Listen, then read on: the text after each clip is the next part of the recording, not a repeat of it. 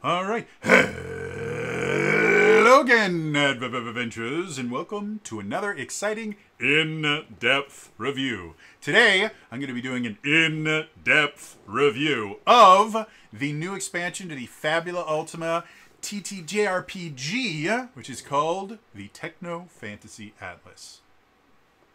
Quick reminder, if you do enjoy this content, please remember to like the video, subscribe to the channel, hit the bell icon to turn notifications on. All those things are super, super important. So, anyone that's been watching this channel for a little bit knows that I had a bit of a love affair with Fabula Ultima. I found it late last summer. I ran a Fabula Ultima mini campaign over my daily December, and just overall have been extremely impressed with this as a system. They've released one expansion before, which was the High Fantasy Atlas, and the PDF of the Techno Fantasy Atlas has just released. Now, quick disclaimer, the physical version doesn't technically go out for sale until Gen Con. That's where you're able to buy it. And apparently, according to the creator on his Discord, the reason that the PDF is out now instead of waiting until the physical product is out is there was some sort of miscommunication, and instead of trying to unpublish it or hide it again, just like, you know what, PDF's out there. So if you're looking for a physical copy, you'll have to wait until minimum of Gen Con, but for right now, the PDF exists. So, these in-depth reviews are exactly that. They are in-depths. I go chapter by chapter, sometimes page by page. I talk about things I like, talk about the things I don't like, I talk about the things they did well, talk about the things they need to do better. But a lot of people don't want to sit through a 1.5 to 2 hour long video just to figure out if they want to buy something. So I always started off with a should you buy this section, and I separate potential purchasers into 3 different groups. The first group is players. Players are people that are primarily, not exclusively, but primarily going to be sitting at a table and playing a single player character. The second group is going to be game masters or GMs. GMs are people that are primarily, not exclusively, but primarily going to be sitting in the GM's chair. And instead of playing a single character, they're going to be playing all the NPCs. They're going to be writing the story, creating the world, all those fun things. The third group, which tends to be often overlooked, is a group that I call lore hounds. Lore hounds are people that may never sit down at a table, but they are just so enamored with the world and the lore behind it that they purchase these books basically to be able to read them kind of like novels. So, should you buy this book? Well, let's figure that out. And I am drinking orange juice because I still feel horrible, and this helps. So, the first group. Should players buy this book? It goes without saying, a book like this is technically what I would consider in any other RPG a campaign setting. Effectively what it is this entire book is built around running a particular kind of game. In this instance, it's a techno fantasy. And if you're not quite sure what techno fantasy is, consider things like Final Fantasy VII.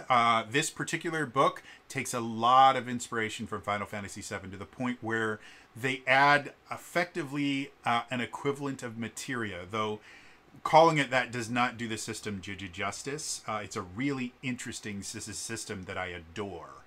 But yeah, so if you're thinking of, what exactly is techno fantasy, it's that kind of thing where you have magic and spells and things like that mixed in with kind of more modern things of like machine guns and, skyscrapers and capitalism and all that stuff. So, if you've ever considered wanting to play a Final Fantasy style, Final Fantasy VII specifically, style game, this might be a really great do it. Or you just kind of like those kinds of characters that kind of mix technology and magic, but aren't your kind of stereotypical artificer, which in the core book, there's a class called the Tinkerer. and that's very, very akin to an artificer in most other things. This is going to be much more kind of modernized characters that also can use magic, but they don't feel quite as kind of shoehorned as the Tinkerer does. So for players in particular, this particular book does add new character options. They had 3 new characters, a bunch of new heroic feats, or is that what they're called? What are they called? Heroic skills. There we go. The new characters are the Esper, the Mutant, and the Pilot. Esper is basically a psychic dude. Mutant is a shape changer. And again, just using that term barely does it justice. But if you've wanted to create a druid-like character, like, you know, the Diablo 4 druid that can just transform into creatures, or, you know, the World of Warcraft druid, where one of their main features is just changing into different forms, the Mutant's going to allow you to do that. And the Pilot turns you into a Gundam pilot.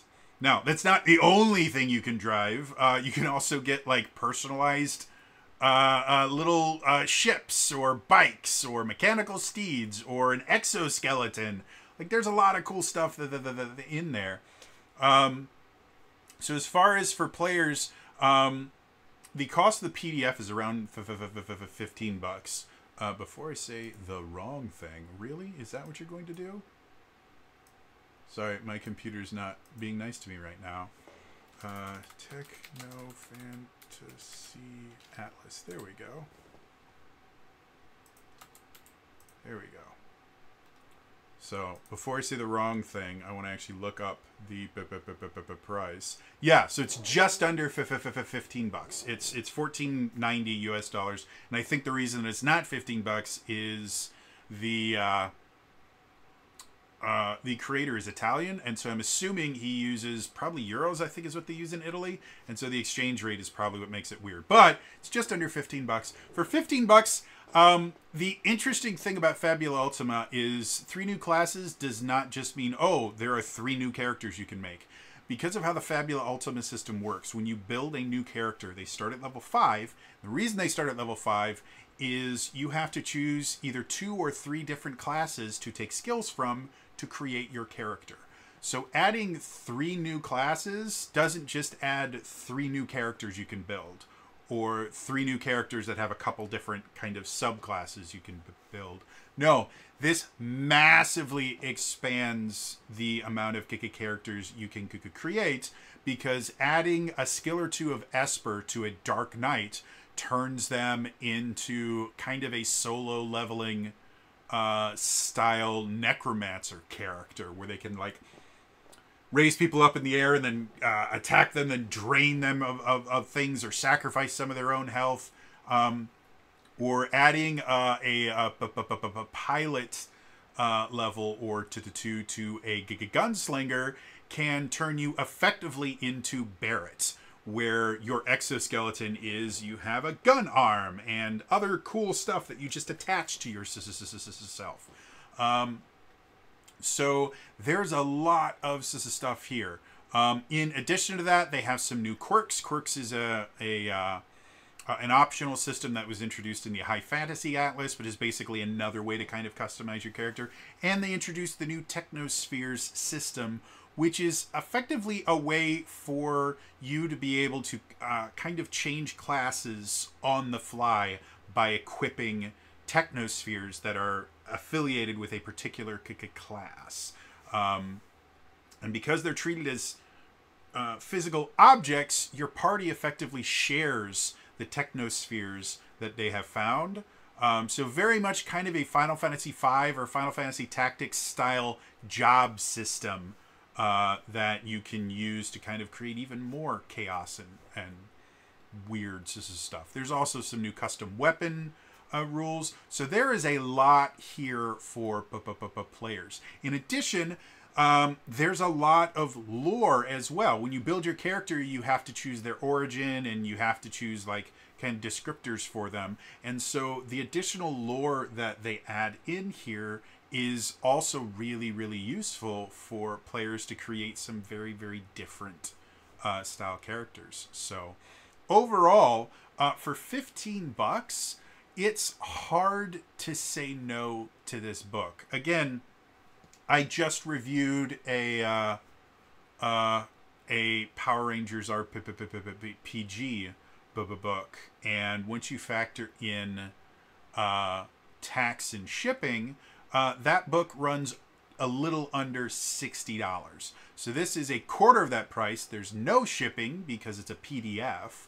And it gives you technically more new options than that $60 book, because that book gave technically one new character and then some new versions of characters that already existed, and then a few new feats and stuff like that, or perks is what they call them. Again, this gives 3 completely new classes, new heroic skills, a brand new system for handling character class in general, some new quirks, new weapons.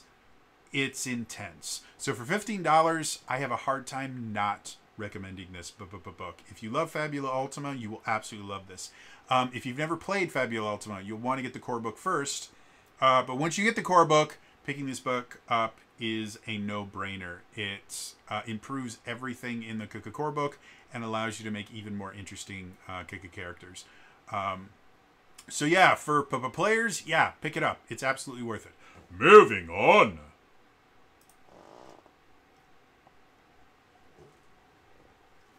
The second group. Should GMs buy this book? Short answer, yes. Long answer, very yes. Again, I am slightly biased in the fact that I love Fabula Ultima. Fabula Ultima is not your cup of tea. You may have slightly less attachment to this. However, for GMs in particular, I always mention this. GMs are kind of a weird recommendation, because if your players want to use the new character options, you basically are required to get the book, either by using the book that they buy or by buying it yourself, because you have to understand what the new character options are. So whenever I recommend it for players, I kind of have to recommend it for GMs, because you're going to have to learn this stuff in some way, shape, or form. That being said, there's a lot of really, really good GM-facing stuff. First of all, the world section, which is all lore, is really, really useful, because effectively what it is, and we'll go into more detail when I actually do the in-depth portion of this review, but it basically, just like every other Fabula Ultima book, it will kind of name a location, give a brief description of it, gives you some kind of themes that might happen there, and then it gives you kind of story hooks for each one of those locations. Even if you're not running a techno fantasy campaign, a lot of these things can be used in a lot of other RPG settings without too much difficulties. Things like Nidavellir, the military lab, is effectively just a place where it's a secret laboratory where they were doing secret experiments to create evil stuff. That shows up in a lot of different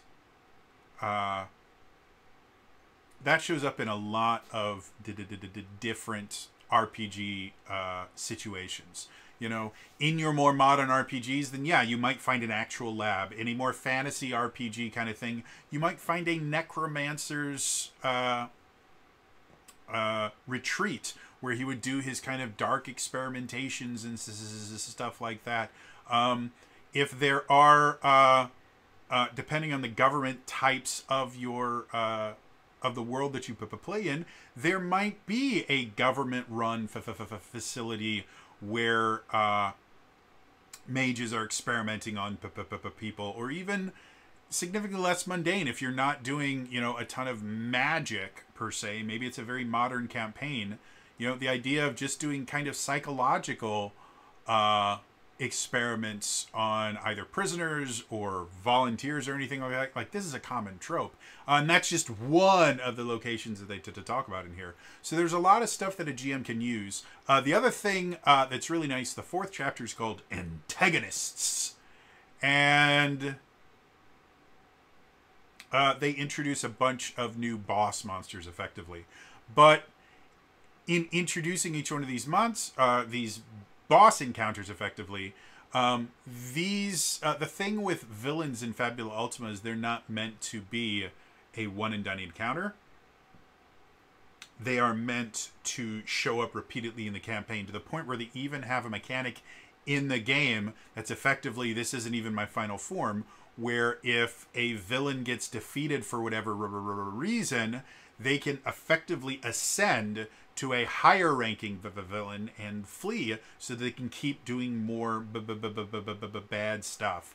Think about like Kefka as his original form versus Kefka when he, spoiler alerts, when he's able to use the 3 statues and turn into his more kind of crazy form, and then you have the entire world of ruin that you still have to do. Kind of that thing. So in addition to just giving you stat blocks and kind of explanations for how certain encounters would work with these stat blocks, they give you kind of motivation for them and how you can use them in your stories. So again, even if you're not playing Fabula Ultima, you can use the ideas from the antagonist section to improve your GMing just in general. Again, the entire purpose of these books is for you to use them. So one of the things that I've never quite understood, or I guess I understand it, I just don't agree with it, is the idea of people was like, well, I won't go on, you know, pre-written stuff. I custom design all my own monsters and everything like that. All of these books are written with the exact intent of you using them for whatever you want. Emmanuel Galetto is the designer of Fabula Ultima. I sincerely doubt that if you use the Ardent Squadron in your D&D campaign, that he's going to flip out and go, "No, blasphemer! You shall never use my creations in anything but Fabula Ultima." So, yeah, buy the books and then use them. And it doesn't matter if you're not using them in Fabula Ultima. Use them anywhere. I get a lot of my ideas from other RPG systems, and I love it. Anyway, so going back to GMs, do I recommend this? Again, for 15 bucks, it's hard to say no. There's a ton of really good stuff for GMs here. Especially, again, I really like the Technospheres system. And I'll go into it more in particular when I do the in-depth portion of this review. But the Technosphere system, effectively, your characters start off with 3 classes. And they get, you know, they do their normal build as normal. But then they don't gain levels anymore. What gains levels is the Technospheres. And because they can kind of trade the Technospheres willy-nilly, it means that while, yes, each character has a kind of base that is built into their character, their characters are highly customizable, and it's just as easy to go, hey, give me the sharpshooter Technosphere. They link it into their weapon and then go boom, boom, boom, boom, boom, boom, boom, boom, boom, boom, boom, boom. Then they toss it off and go, hey, give me the I can't remember what the other classes are called now. Give me the Dark Knight Technosphere. It's not what it's called, but and they do that and go boom, and then they go whoosh, and do really cool stuff like that. So overall, do I recommend this for GMs? 100%, 110, 150, 4,000%. Pick up this book. There's a lot of cool stuff in it. Moving on.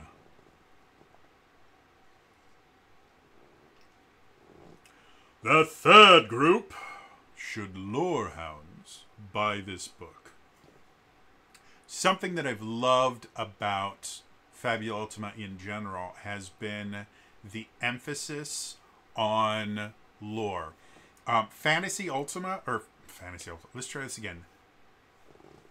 Wow. Fabula Ultima is not designed with a default campaign setting. Like, if you look at any RPG, or almost any RPG that is currently out there, look at D&D, even the first version of D&D had a default campaign setting called Earth, which is spelled Oearf, so it's Urarth.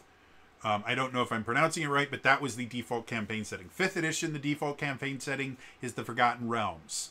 There are whispers that 5.5 is going to go back to Urarth for the default system. But 4th edition used the Nentir Vale. Pathfinder has their own campaign world that I can never remember what it's called, but someone will remind me in the comments. The Cypher system was originally designed for the Numenera system. Like, all of these are designed with a default campaign setting, and Fabula Ultima doesn't have that. And so what they do is they create locations and lore that is just general enough that you can place it into any setting that you want. And they highly encourage you, when you run a Fabula Ultima game, which if you watch the session 0 of our Fabula Ultima campaign, you can watch us do this live. You actually build the world as you're building your characters, and it's a ton of fun. So when talking about lore and stuff like that for Fabula Ultima, there is a ton of it in here.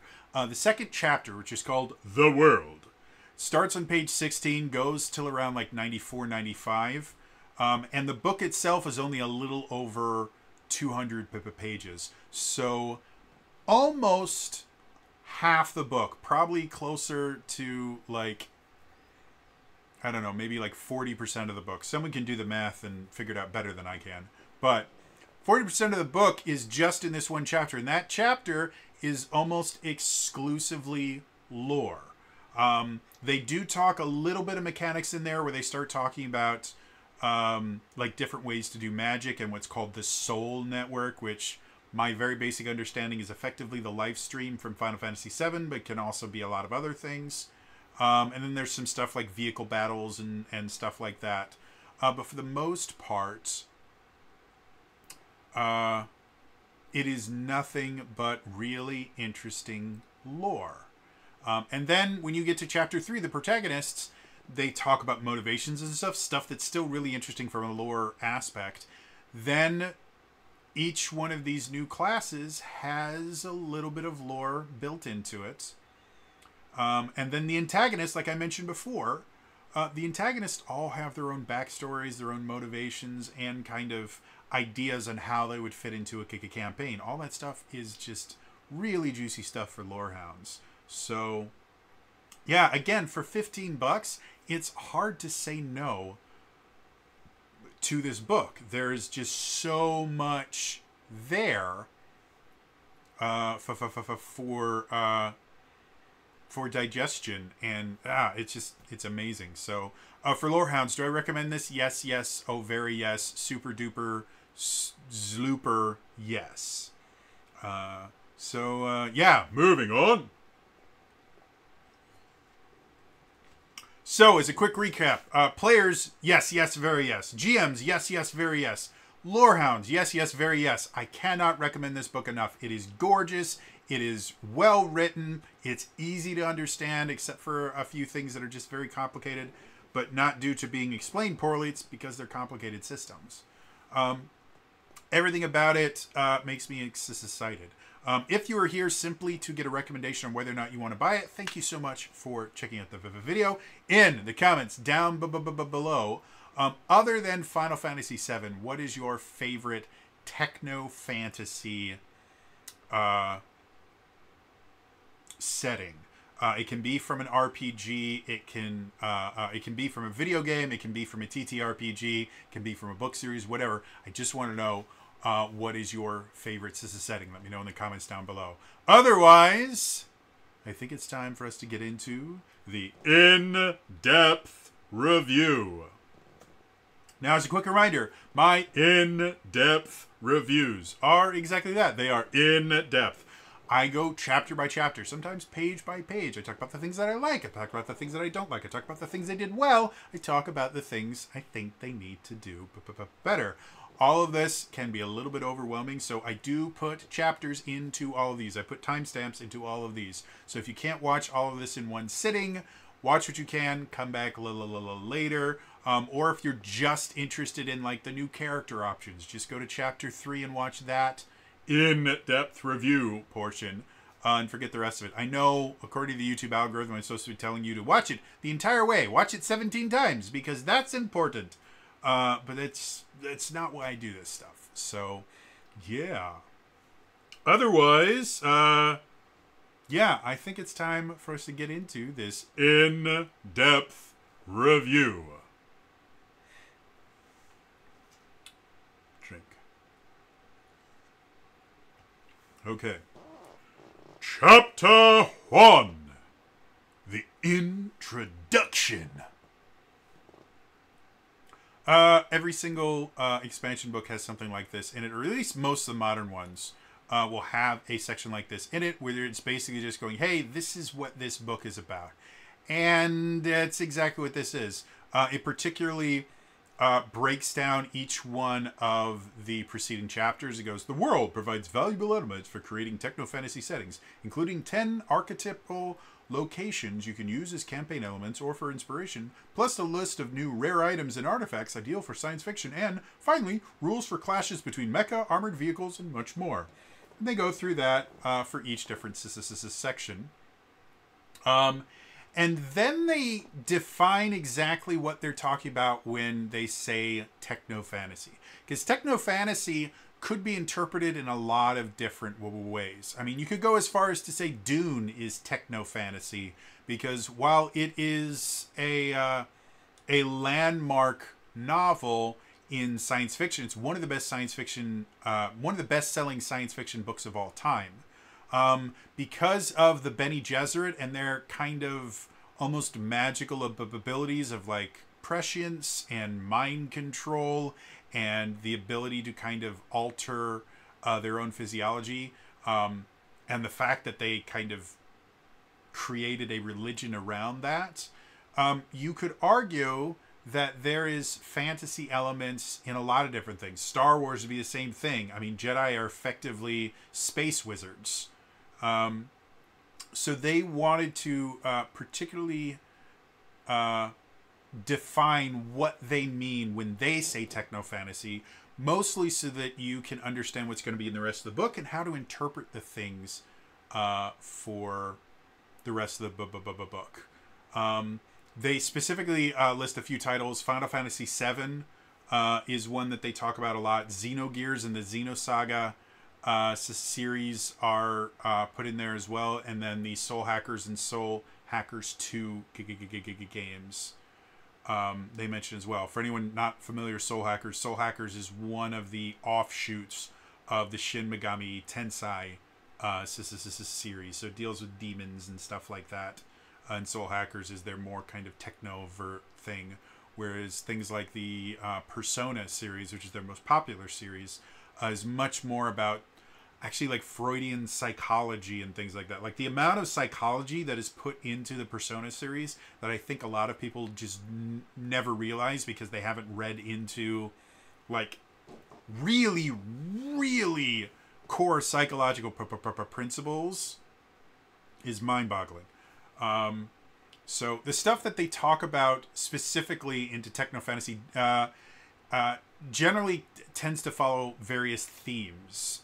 For Fabula Ultima in general, they will group together a bunch of themes and go, well, that's what we mean. So the themes for techno-fantasy that they mention are injustice and despair, outcasts sooner or later, and between concrete and existential. So those are the three kind of major thought processes that they're talking about in here, and they describe them in significantly more detail in the book. That basic thing of, you know, injustice and despair, when you look at, you know, Final Fantasy VII is the one that I'm most familiar with. I loved Xenosaga. Xenosaga was amazing, guys. For Final Fantasy VII,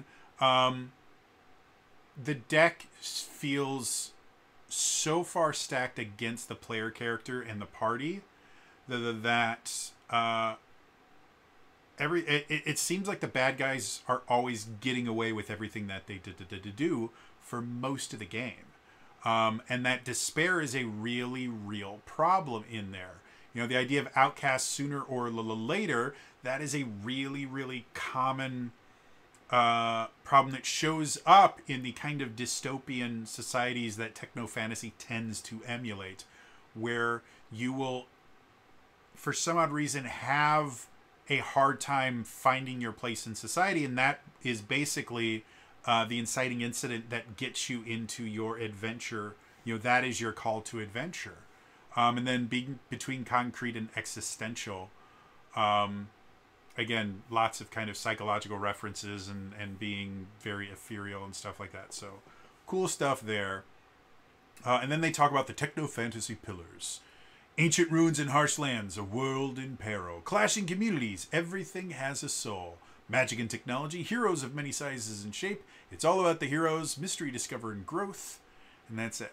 So again, the pillars are something that shows up again in Fabula Ultima constantly, and it's basically just to go, hey, these are the things that you should kind of build your game around, because they're the things that will work the best with what we've built. And doing things like specifically reminding GMs of it's all about the heroes is really, really important. And also reminding the players that too, that they are an active part of telling this story is really good. And then they have a final section that's just called Before We Start, which is some other kind of tips and tricks for anyone wanting to play in a techno fantasy thing that just kind of outlines some other stuff. Techno, but still fantasy, is one of their tips and tricks. So, yeah, overall, the introduction is probably significantly more useful than a lot of other expansion book introductions, where they are simply just, hey, this is what's going to be in the book, and maybe a little explanation of some new systems or something. That's really all you get. This gives you a much more concrete of, hey, when you want to play a techno fantasy style game, as far as we define it, this is a lot of stuff that you should be focusing on. So actually a very useful chapter. Moving on. Chapter 2. The World. As I mentioned in my recommendations portion of this video, this is just almost 100 pages of pure lore. I guess closer to like 90 or 80 pages of pure lore. It, again, starts off with some themes to think about, and then tips on how to use these sample locations and wherever you want to use them. And then immediately goes into the actual locations. Like the first location is something that's spelled weird. Agathian, I think is what we're going to call it. But it's the Hidden Planet. So basically this kind of forgotten planet in this particular instance that has things like the sections in each one of these. You're going to have typical fiction. You're going to have At a Glance, which basically talks about, you know, the different stuff you'd find there, common elements you'd find there, dangers and discoveries.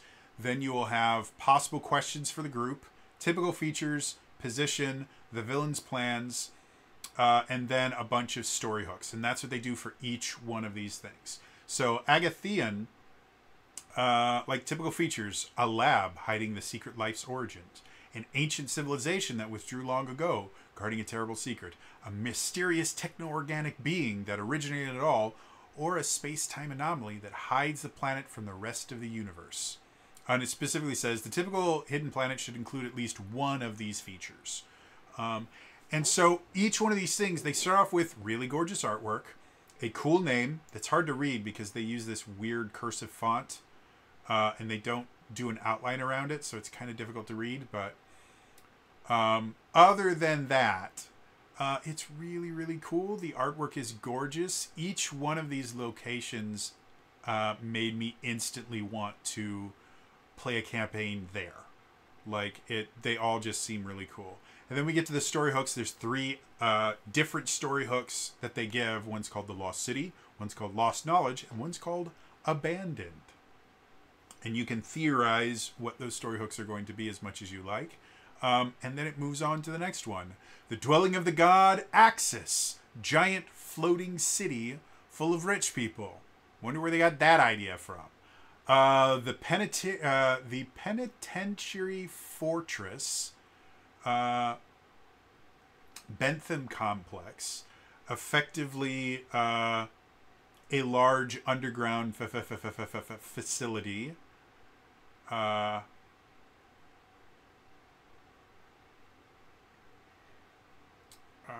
Underground prison, effectively. The Celestial Ark. The Roaming City. The Alien Mothership. The Military Lab. The Corporate City. Heart of the Network. The Wreckage Wastes. All of them are just really interesting, fun ideas for locations that are not going to be locations that your players just see once and then never interact with again. Like, these are locations that your players are going to want to come back to. They're going to want to learn more about them. You could set entire campaign arcs in each one of these settings. And depending on how good you are at running what I call a city-based campaign, which is basically a campaign that takes place entirely in one location, you could possibly run an entire campaign just dealing with Heart of the Network, called the Soul Nexus. So there's, again, a lot of really, really cool stuff in here. And then after that, they start talking about techno-fantasy conflicts, things that are just going to be going on in the world that will affect the players, whether or not they kind of interact with them directly.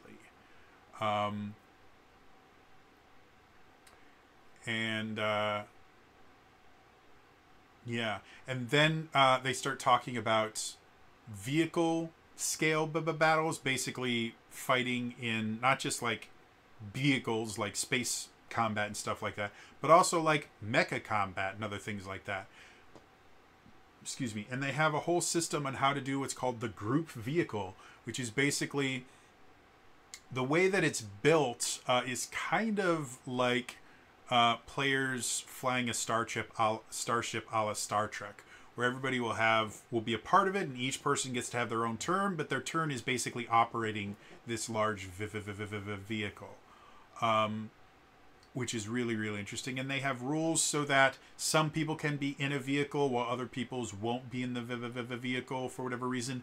Maybe 3 of the characters are all in an actual starship or just an airship or something, and they're piloting that in the combat. But one of the players is a pilot and has their own personal mech. So instead of being on the airship and manning guns and that, they jump out, call on their mech, and fight from their mech.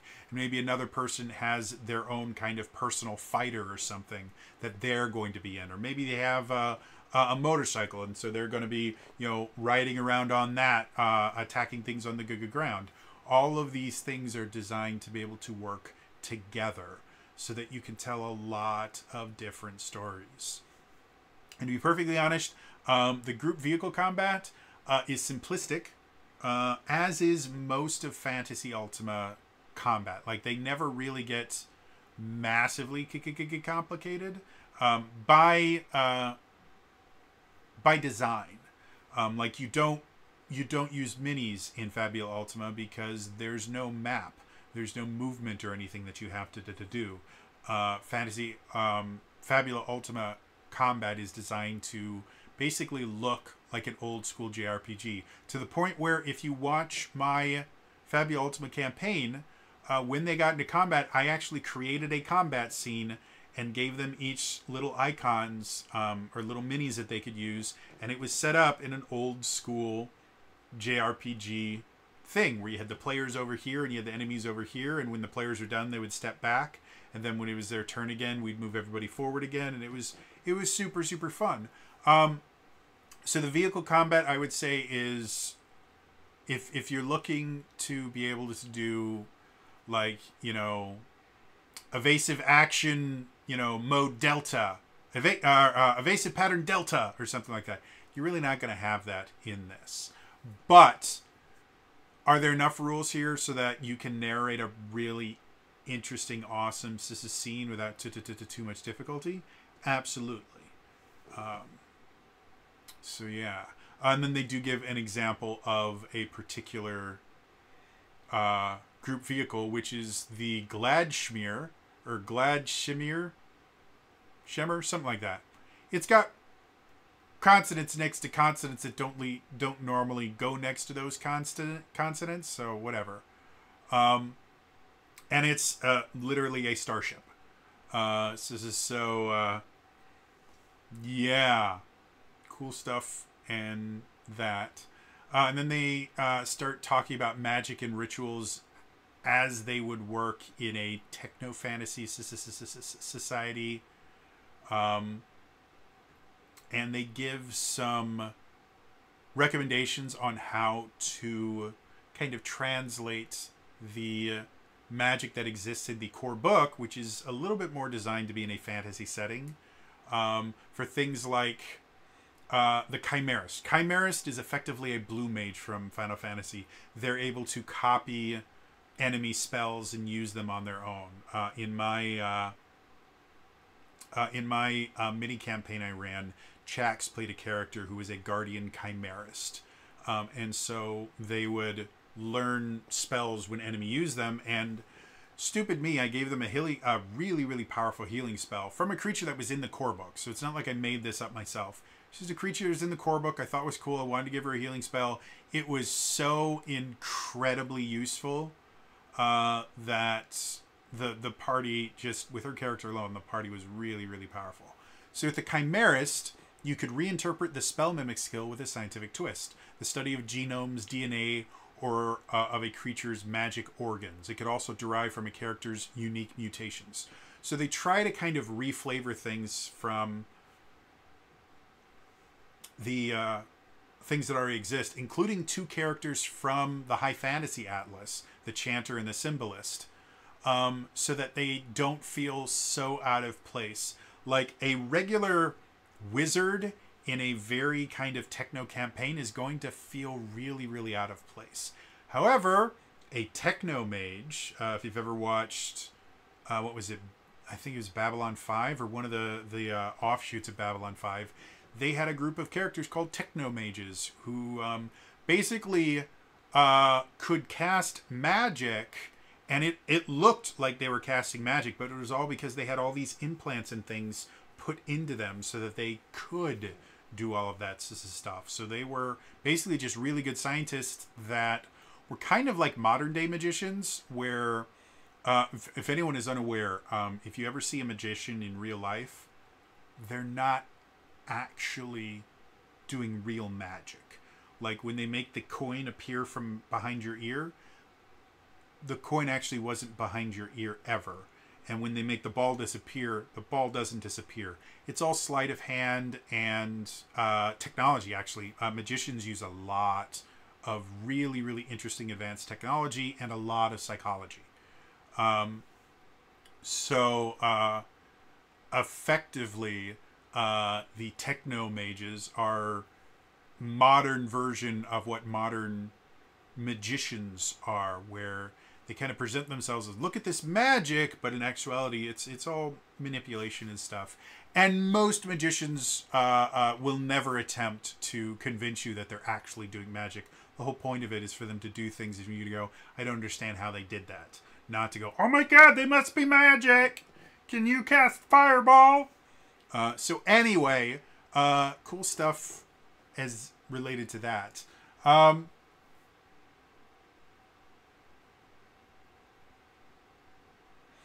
They also talk about this thing called the Soul Network, which is effectively, again, it's kind of like a live stream style thing combined with maybe like a Matrix style interpretation of that, where it's basically information and stuff that's transmitted wirelessly in its own kind of plane of existence. And kind of tips and tricks on how to use something like the Soul Network in your book. And then it just talks about technology in general and how it would affect everyday life, the idea of cybernetics and things like that. They have rules for space travel, which again is another thing that I find really, really interesting. I grew up on Star Trek and Star Wars, and so the idea of being able to run a campaign where we can do, cool stuff like that without having to pull out the Star Trek Adventures series, which, don't get me wrong, Star Trek Adventures is a great RPG system, but there's a lot to it. And it requires a bit of an investment in order to get going. This much faster, much easier to deal with. And again, by design, it's supposed to be doing that.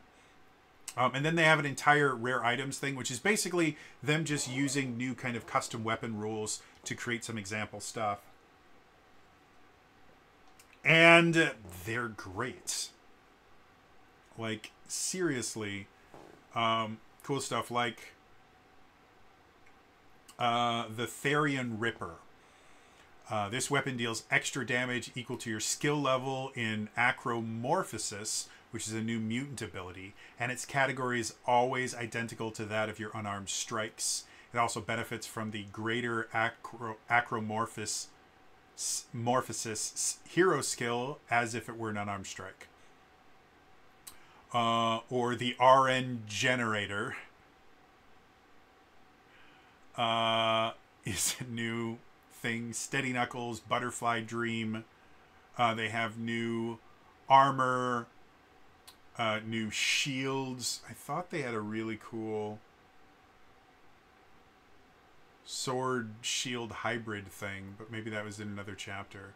But yeah, it's just really useful stuff that as a game master, if you don't want to have to create all of your stuff yourself, you can just go in here and use significantly easier stuff. Oh, there it is. The Vanguard Pike. Maybe that wasn't it. Warp Cannon, Plasma Rifle, Morph Shield. And then some new artifacts. Artifacts in Fabula Ultima are MacGuffins, effectively. They are things that are not generally designed to be used by the player, but they are... they're designed to drive the plot forward. Like, good example, Ion. I'm going to just read the entire thing, so it's not super long. But Ion, a towering mecha of white metals. It's a giant robot. This colossal robot's armor is snow white with gold and silver inlays. It was recovered from deep space and then moored near the Babylon solar station. Its origin and the technology used to craft it are unknown. Because of its massive size, scientists believe a whole crew is needed to pilot Aeon. See large size group vehicles, page 65. However, this is only a theory since, despite the joint efforts of the system's most influential institutions and corporations, this huge machine still lies inert. Does it need a special key? Upon observation, one feels that the powered-down lights within Aeon's helm await the arrival of something or someone. So Ion is not designed to be an item that is really used by the player. It's an item that's meant to start a campaign. And while, yes, you could eventually turn Ion into the group's mech that they use to, travel the universe fighting crime or whatever, it could just as easily be the MacGuffin that the players find it, and maybe they're the ones that activate it, but then immediately gets stolen by another group, and they're trying to find a way to pilot it, and, it turns into the motivation for an entire campaign. Other example things they have, like Uscal Ink Folder, an overflowing collection of incriminating documents. Basically, if you're running kind of a corporatist story in your campaign, this is information that could end the corporation because it shows them doing illegal things or shows them, doing unethical things or something like that. And so that particular thing becomes a massive, massive thing for the campaign, where one group's trying to get it destroyed while another troop is trying to bring it to light. However, physically holding the folder is not going to help your characters with anything other than painting a target on their face. So yeah, interesting. I love the artifact system in Fabula Ultima because it kind of shows you that sometimes there are quote-unquote magic items that the players don't need to be able to wield in order for them to be important. And I think a lot of people forget that. Like, if we're looking at like the newest D&D book. It's about Vecna. If you're familiar with the history of Vecna in general, there's a magic item tied to Vecna called the Sword of Kos. Kos was Vecna's lieutenant who eventually betrayed him, and the thing that made Vecna lose his left hand and right eye was the Sword of Kos. Kos went and chopped off his left hand and then stabbed him in the eye. And then that sword kind of gets lost to the multiverse. So having the sword show up, most people go, sword? That means I can wield it. Technically, yes, you can find stats for the Sword of Kos in the Dungeon Master's Guide. So it's not that you can't wield it, but sometimes even something that looks like it should be a weapon can exist in the world and not have to be wielded by the characters for them to have a strong attachment to it and want to see it go somewhere. And that's what artifacts do so incredibly well in the Fabula Ultima system. So, yeah. Moving on. Orange juice done. Chapter 3. Protagonists.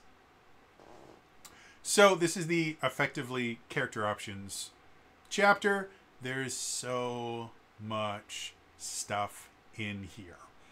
The first section is Techno Fantasy Heroes, and it just kind of gives tips on how to create heroes that will fit in a techno fantasy world that aren't going to fall into tropes. So one of my favorite ones, and I'm just going to read this entire section because it's just really good information. It's called Angry Not Evil. Techno fantasy campaigns will often see you playing characters that are furious, headstrong, and ready to fight to their last breath to protect what they love and take down those in power. When witnessing such persistence and some of their most extreme acts, you might even glimpse a spark of what often drives villains. What makes them heroes, then? They protect the weak, they value life, they do not yearn for power. And they give more explanations for that. I don't want to read absolutely everything here. But that's basically this whole this section is kind of giving you tips on how to create interesting characters that are going to be able to exist. Because, you know, the broody anti-hero trope that you will see for characters that are, you know, for players that are playing characters that are like really edgy, like I'm an anti-paladin and the world hates me, or I'm a shadow monk and I only exist to kill. Those kind of characters boil out really, really quickly because they don't really have a motivation and they don't work well with others. And the entire purpose of a tabletop RPG is to play with other people. And so these tips are here basically to kind of teach players on how to have characters that feel like that, but are written well enough that they can still exist in a group setting. Like if you look at the character of, because it's going to be used by every other person ever, we're going to avoid Cloud, even though he fits into this really well. Look at the character of Barrett from Final Fantasy VII. This is a character that is very brash, very aggressive, very angry all the time. And he's, when you first meet him in the first level, he's not just kind of brash, he's downright abusive towards Cloud. Like, he's just a mean character. And if those are the only things you focus on for Barrett, he becomes a very one-dimensional character and a very boring character, to be perfectly honest. However, as soon as you're done with the first mission and you head back to Sector 7, you head into 7th Heaven, the bar, and you're immediately introduced to Marlene, who is Barrett's daughter. And Barrett is completely different with his daughter than he is with literally anyone else, which adds a lot of dimensions to the character himself. And then later on, here's a major spoiler alert for Final Fantasy VII, the original game, and this plot point does come up in the new Final Fantasy VII Rebirth. So, warning, this is a huge, huge plot point if you're not familiar with the plot from those things. So, You later find out, spoiler, Darlene is not Barrett's daughter. Marlene is the daughter of Barrett's best friend, whom he is under the perception died due to something in Barrett's past. I'm not going to go into too many details because it's a really great story point. And so that gives even more dimensions to this character, who it's not just the fact that, oh, I created life and therefore I'm very protective of it. No, this is his best friend's child, and he blames himself for her dad not being there anymore. And you start to understand that the reason he's so angry and the reason he's so abusive is not because he's just angry character. I'm the anti-hero angry dude. He has seen firsthand the dangers and the evils that the Shinra Corporation is capable of.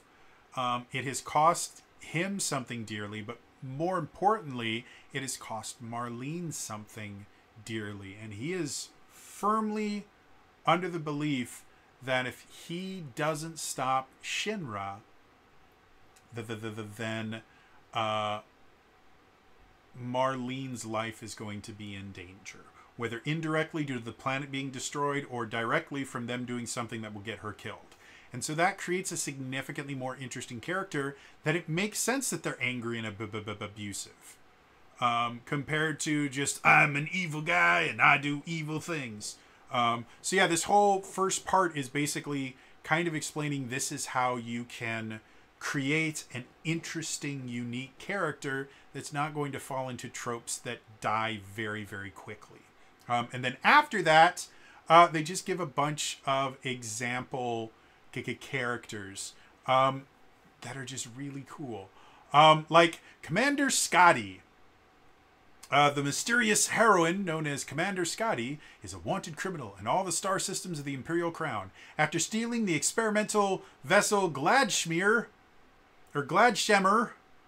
from the forge world of Vulcanus, she and her crew started a veritable campaign of raids and sabotages against the Imperial army.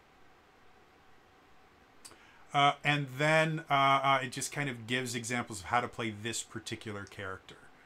So things like Scotty's classes are Fury, Orator, and Pilot.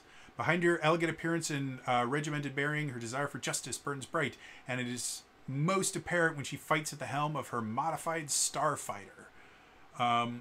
So it doesn't give you an actual character sheet for this character. It just gives you a cool little chibi artwork of it, and some enough that if you wanted to play this character, you could create them yourself. Let's put it that way. And they do that for a bunch of different characters, like Reclaimer Theta or Phoenix Igarashi, who's absolutely a lawyer. And if you don't know what that's referencing, sorry, I can't help you. So yeah, just really, really cool, interesting characters. I love the little chibi artwork, and I don't like chibi artwork. It annoys me more than anything. And I actually really enjoy this stuff. And then we get to what they call the new options. So they talk about the various different options that you're going to have. The new classes are one of the last things they put in this chapter, but they do give a brief overview of what each one is. The Espert, or the Esper, where it's effectively just kind of giving the main points of kind of the fantasy of the class. In the Fabula Ultima core book, in the DM section, it actually has this section where it talks about kind of the class fantasy for each one of the classes, as a recommendation for how the GM could build story arcs around those. It's like, well, if they're playing this particular class, they probably wanted these things to somehow show up in their character because that's what the class is built around. And so that's what this section is just explaining the Esper, the Mutant, and the Pilot as, well, these are kind of themes to the character. And then we go into the custom weapons section. It adds some new customizations which again are just really useful. It's another thing I like about Fabula Ultima is building your own kind of custom magic items and stuff like that. Is relatively simple. They have a whole system for doing it. It's very easy to understand. Yeah,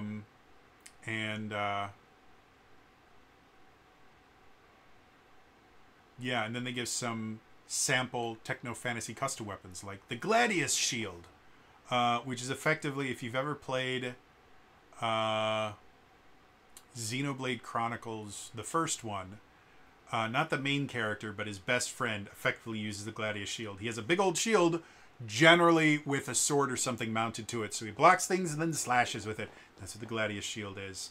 And then they show a possible kind of evolution of it. And then they just keep doing that over and over again. The Electro Rifle, the Combustion Spinnaker, which is a combustion yo-yo. If anyone has ever played, what's it called? It was an NES RPG, Star Tropics. Anyone ever played Star Tropics? Now you can create a Star Tropics yo-yo. Spy cases, effectively a suitcase with some extra stuff in it. Giant wrenches is another custom thing. So yeah, cool stuff in there. And then you get to the quirks. Quirks are effectively, they're kind of like starting feats, for lack of a better term. They give you something special about your character that effectively, they're an optional rule that showed up in the High Fantasy Atlas. And the thing with quirks is if one player is going to be using a quirk, everybody really needs to have a quirk because they do make your characters more powerful, but just giving them different options.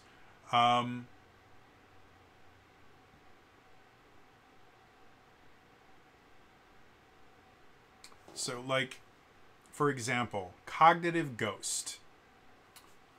You're a presence born within the depths of the soul network, straddling the line between demons and humans. Do you remember your earliest memories? What belief, memory, or emotion do you embody? How did that shape your appearance? So that's the kind of lore behind it. And then you have choose 2 damage types from Air, Bolt, Dark, Earth, Fire, Ice, and Light. You gain resistance to the chosen damage types. However, you also could gain vulnerability to a 3rd damage type chosen from the list above. And you gain the ability to perform rituals of the ritualism discipline. And you may use these rituals to transport creatures in and out of the soul network, as well as gain information and track entities while inside the soul network. So, as you can see, by adding this on, you get a couple resistances and a vulnerability. So they do kind of make your character more powerful. But again, they're designed to... they're designed to give you another way to kind of make your character feel a little bit more unique than just your class options, your origin, and your theme. And yeah, there's lots of different things, like a neo-human, or a fugitive experiment, or an inventor prodigy, or a robot, or a survivor. So there's a lot of different things here.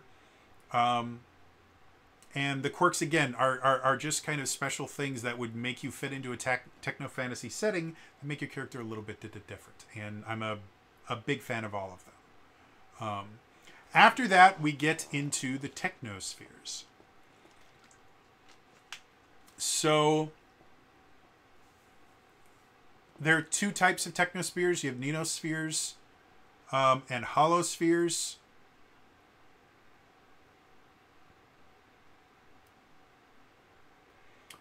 Your Menosphere is effectively a class, and it's got a bunch of skills assigned to it. Holospheres, or Hoplospheres, are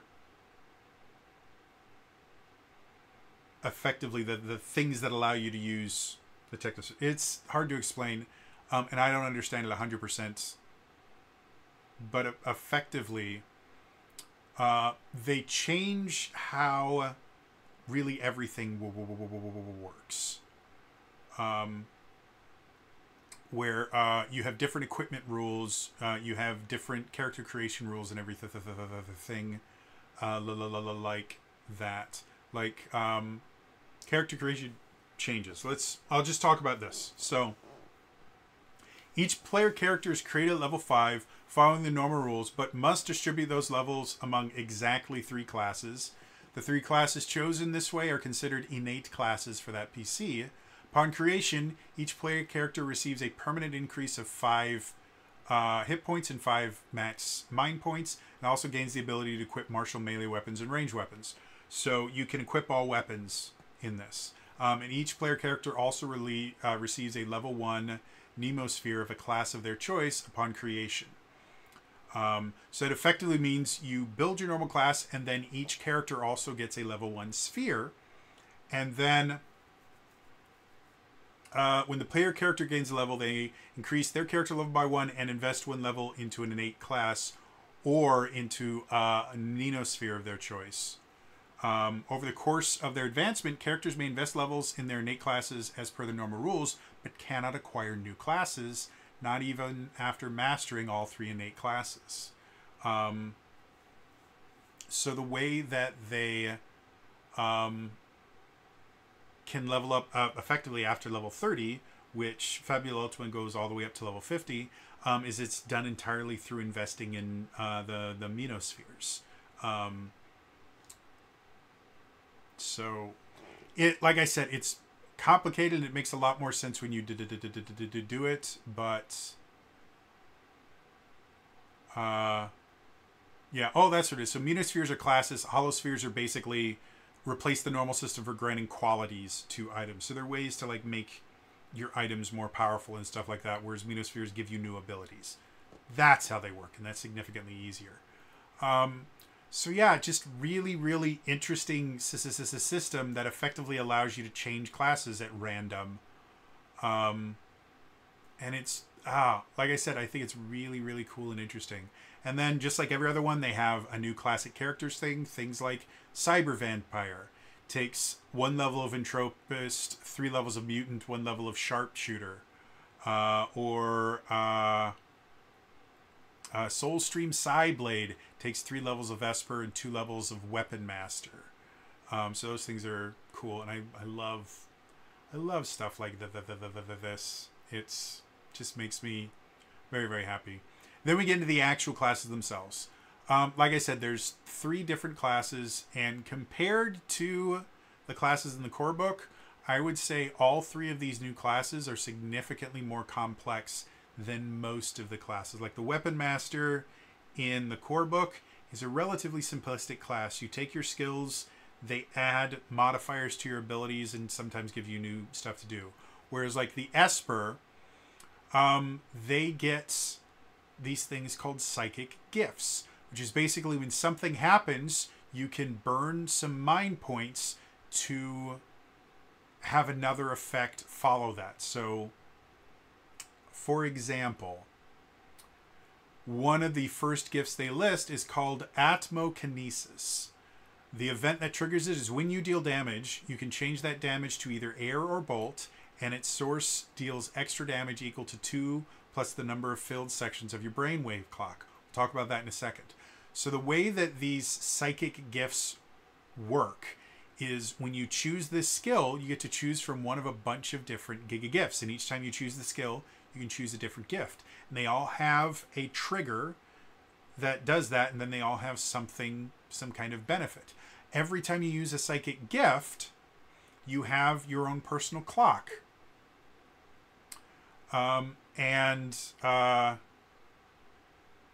It has 4 sections, and so when you use your first gift, the first section gets filled, and then the second, then the third, and then the fourth. And each time it gets filled, your gifts cost more mind points to use, but they also tend to be more powerful because they'll have things like, again, for the Antagonists, 2 plus the number of filled sections in your brainwave clock. So the more sections filled in your brainwave clock, the more damage that particular ability will do. And that's not the only thing that they do. I mean, they're not exclusively damage dealing stuff. Like one of them is after an enemy succeeds on an opposed check against you or causes you to lose hit points, or after an enemy you can see performs an accuracy check or a magic check. So there's a lot of different things that you can do with it, and that means that the character itself is really kind of interesting, because when you're building this character, if you're using the kind of defining feature of the Esper, the psychic gifts, you really need to figure out, okay, how do I want to build this character? Do I want to build this character to where they can just randomly change the damage type into other things? Do I want them to be able to create psychic shields, or to be able to drain life from enemies and stuff like that? Do I prefer them to be able to do other kind of psychic based things? Like, there's a lot of different things you can do with an Esper. When we get to the mutant, their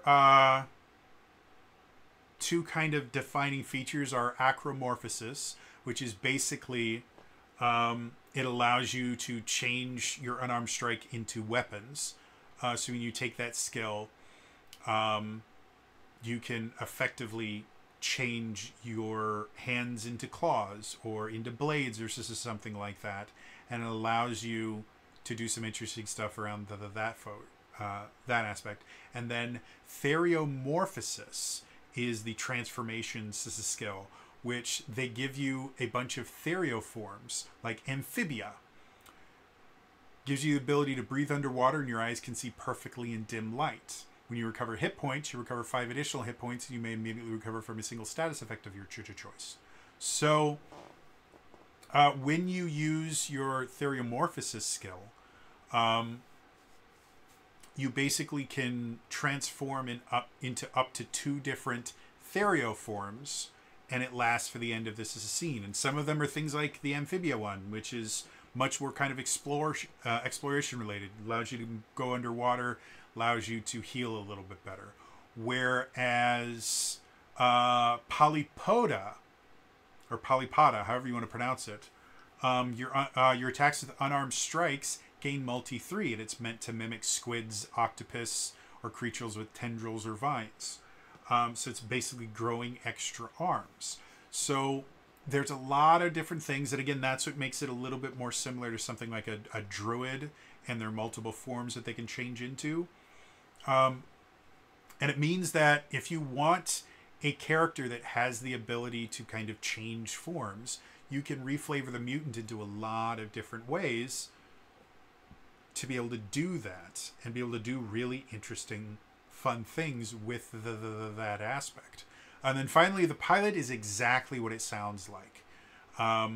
Their kind of defining feature of or defining skill is the personal vehicle.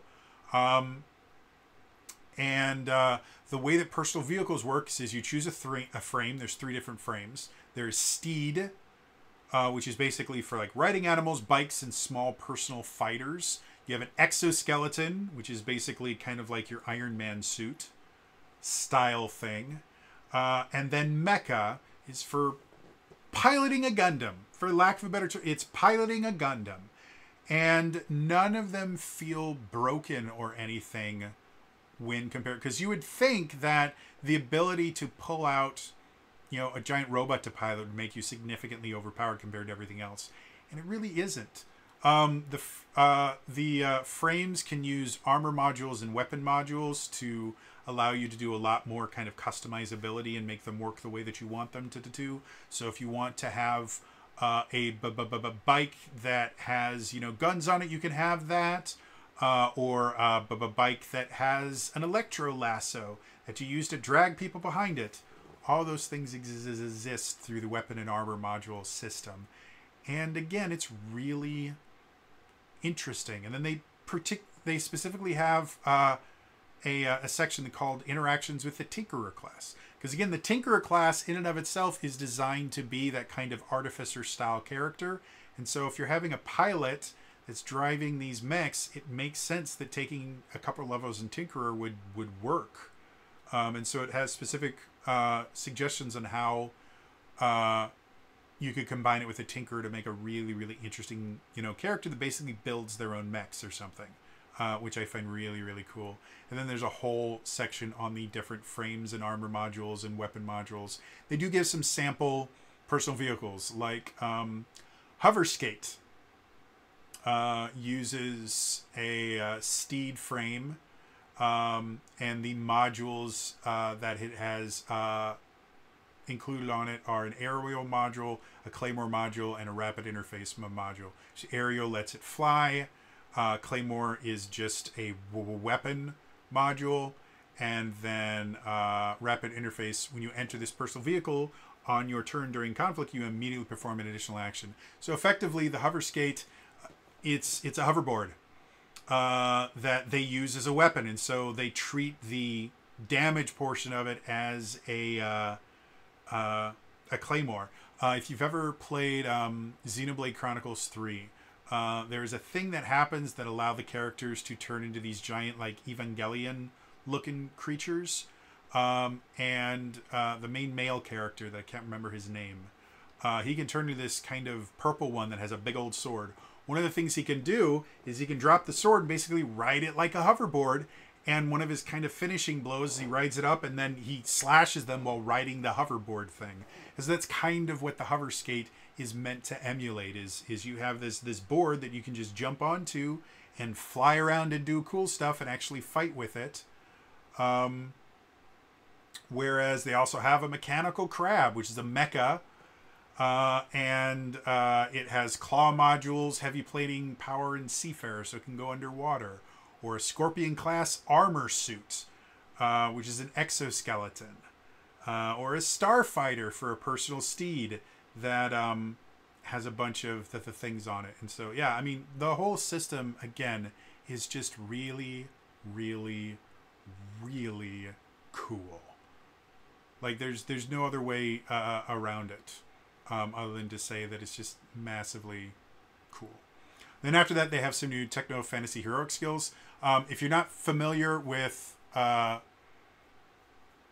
heroic skills will work, basically once you master a class, which is getting 10 levels in it, you get to choose a heroic skill, which generally will somehow modify that class in some way. Like, good example, one of the new heroic skills is called Arcane Soldier. You must have mastered one or more classes out of Elementalist, Sharpshooter, and Weapon Master, and must know at least 2 offensive spells. And the thing that it does is you may use an action to perform a free attack with a weapon you have equipped. This attack must target a single enemy. If the attack is successful, treat your high roll as a 0. And then after the attack is resolved, if it was successful, you may immediately perform the spell action for free. The spell has to be an offensive spell with a total MP cost lower than 20, and it only may target the enemy you attacked. So effectively, Arcane Soldier allows you to both make an attack and cast a spell at the same time, basically turning you kind of like Blade Singer-esque, where you kind of go choom, boosh, or Eldritch Knight, if you like the more kind of, you know, I strike you with my sword and then I bash you with my magic shield, or I cast fireball from my magic shield. Cool stuff like that, which again feels really, really powerful and effectively turns one action into 2 actions, which can be devastating. And so that's kind of effectively what heroic skills do, and the heroic skills that are in here are amazing. Lots of really cool stuff, like greater theriomorphosis. We talked about theriomorphosis from the mutant class. When you use the theriomorphosis skill during conflict, you may manifest up to 3 therioforms instead of just 2. So again, it just gives you more options. So if you wanted to manifest wings, claws, and, you know, acid breath or something, I can't remember all the different theriomorphosis stuff, or wings, claws, and then additional limbs. I totally just wiped my glasses and now they got a big smudge on them and I can't read anything. Sorry about this, but I need to be able to read to do these in-depth reviews. Who would have thought? That's as good as it's going to get. I can never get my glasses clean, ever. Yeah, I mean, again, the heroic skills, all interesting, all fun. And not all of them are specifically linked to the new classes here. Like a lot of people would assume that, oh, well, you know, because this thing introduces new classes, that all these new skills are going to, you know, just use the new classes. I did not clean these glasses well enough. And that's not true. Like, they have a ton of other stuff in there. Like one of them is Quantum Magi Cannon, which is specifically for the Tinkerer and doesn't interact with any of the new abilities whatsoever. Please get clean. I need to be able to see. That's better. Kind of. Well, it'll work. So yeah. Moving on. Chapter 4. Antagonists. Again, Fabula Ultima does not have a default campaign setting. Because of that, they generally don't have like monster manual style things. Like in the core book, there are a few monsters of each type in there, like generally between 4 and 8 monsters of each type. If you compare that just to the monsters that show up in the player's handbook for D&D 5th edition, it is significantly smaller. And that's because you are encouraged to make your own monsters, and they give you all the rules you need to make your own monsters in the core book. So it's not like D&D 5th edition where you basically have to kind of backwards reverse engineer the rules for how monsters work. And even then, they change over the lifetime of a 5th edition, and the rules are never quite that concrete. Like, they never really give you rules on how to create monsters in 5th edition. Fabula Ultima, that doesn't happen. They tell you exactly how to create all the different monsters you're ever going to need in the entire game.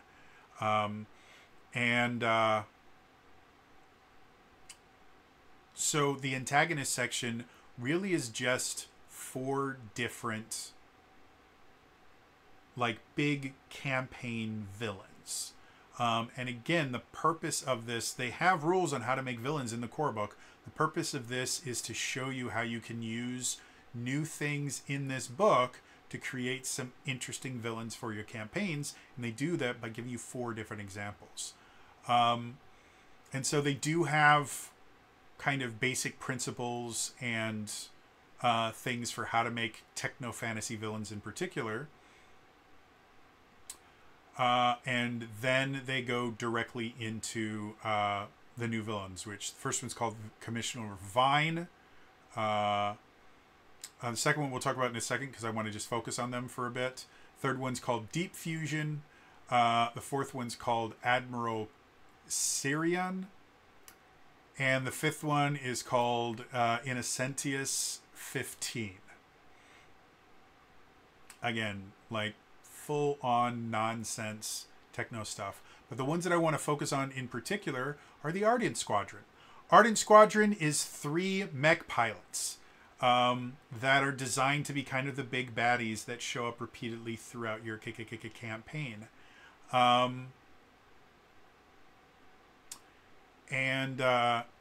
They have tips for the first conflict where the players actually interact with them, and then subsequent conflicts where they interact, and each one has their own mech that they pilot that are super cool, and they're all their mechs are called 8, 9, and 7. So that in and of itself is already starting to explain where this group comes from. They do have a backstory. It's about half a page long. And then they have tips on using the squadron as a major villain. And it's just really, really, really interesting and cool and fun. Like, everything about it is just amazing. So yeah, and that's how the villain section works, or the antagonist section works, is it'll introduce an antagonist, it'll give you some tactics for how to use them, gives you a bunch of stat blocks for when you use them in combat. Some of them have allies, some of them don't. And then it gives some themes and stuff to deal with those particular characters. And they're all amazing. I love every single thing about it. They're great, well-written villains that I would love to have in any of my campaigns. And that's something that I think a lot of RPGs struggle with, because they can create these really cool mechanics and stuff like that. But as far as creating compelling villains that players want to interact with and vanquish, that's significantly more difficult. I think that's one of the reasons why Curse of Strahd is the most popular 5th edition campaign, is because Strahd in and of itself is a brilliantly written villain. And the Curse of Strahd campaign weaves the character Strahd throughout the campaign so well. Like, you will interact with Strahd when you're like level 3 or 4. And he is a level like 15 or 17 monster. And so there's literally nothing you can do to stop him. And he relishes in that. Like, there's a particular encounter written into the campaign very, very early on where he shows up, and if the players mouth off to him, as players are, as is common for arrogant players when they see a monster show up and they're like, oh, well, we can kill him because the DM would never put an unkillable boss in front of us. That would be unfair.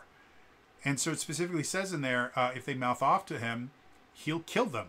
Like, he will just take them down to 0 hit points. But he won't actually kill them. He won't get rid of the character. He'll just reduce them to 0 hit points and then walk away. And if they try to pick another fight, he just won't engage. He's like, you're not worth fighting. Did you see how fast and easily I took down your companion? You guys are so far beneath me, you're not worth killing. There's nothing you could ever do that would ever make me care about you. So go and do your little adventuring thing. I'm going to go deal with things that big people deal with. You immature little kids, you go do what you want. And it's such a brilliant villain. Because there's so much to Strahd. Whereas you look at something like, Rise of Tiamat. Well, the big baddie is Tiamat and her cultists. Tiamat is interesting because she's existed for so long that she does have a lot of stuff, but none of that's explained in the book. And the cultists are literally just drinking the Kool-Aid. Like, there's nothing really interesting about that. Or you go out of the abyss, and you're dealing with demon princes and people that have been corrupted by them. They're really not all that memorable. These villains in the antagonist section are memorable. They're designed to be memorable, and they're designed to show up more than once. A creature that only shows up once, even if they're a really, really difficult creature to deal with, they only show up once in the campaign, they're not going to be that memorable. The players aren't going to build like a vendetta against them or anything. They're just going to be, okay, they were a very cool fight. But these villains are designed to be something the players have a personal vested interest in. And I think they do them really, really well. So, yeah. Moving on.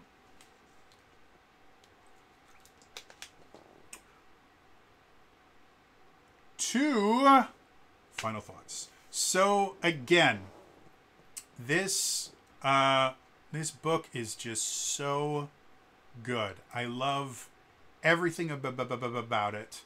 I'm a huge fan of kind of the techno fantasy stuff in general. I liked Final Fantasy VII. I actually like Final Fantasy VIII better. I know I'm horrible. I'm disgusting. I should be shunned. But I love all the themes that are built into this system. I love the new characters. I especially I'm really hung up on the mutant because first character I played in Diablo 4 was a druid, and leveling a druid in vanilla Diablo 4 sucked so bad. They were massively underpowered. The very next character I played in Diablo 4 was a sorcerer, and I was blown away with how much easier the game was when playing a sorcerer than it was a druid. But I liked the aspect of the druid. It existed in Diablo 2 as well, and I played a druid in Diablo 2, where you could just instantly transform into a werewolf and do really cool things. And I liked that. I thought that was a really fun mechanic. And my first character in World of Warcraft was a druid. I really, really enjoy those kinds of characters that have the ability to kind of transform in that. I mean, look at my first custom class for 5th edition, the Dragon Knight, who can transform into a cool Dragoon-style character. I like transformation abilities, and so the mutant I'm fixated on. I think it's really amazing. The pilot is also phenomenally cool. And the Esper is growing on me. I was not immediately drawn to the Esper because the system itself is not exactly how I think of a psychic character working at first. But as I read it more and as I start understanding how all the systems work, it's a phenomenally cool character. And again, the point of these classes is not for you to exist solely in that class like most other class-based RPGs. It's designed to augment the other classes as well. And those classes should augment this. So creating a really, really interesting, unique character becomes more and more fun with these 3 new Kika classes. So yeah. Otherwise, that is going to be all for me today. As always, please, again, remember to like the video, subscribe to the channel, hit the bell icon to turn notifications on. All those things are super, super important. In the comments down below, of the 3 new classes, the Esper, which is a psychic warrior kind of thing, the Mutant, which is a transformation-based class, and the Pilot, which one would you want to add to one of your characters going forward? Which one would be the first one you would try when building a new character in Fabula Ultima? And what character would you build out of them? Let me know in the comments down below. No need to actually use Fabula Ultima terms or anything. Just come up with something unique that's kind of related to one of those classes. Put it in the comments down below. Otherwise, again, it is all for me today, and I will see you guys in the next time. All right? Bye-bye.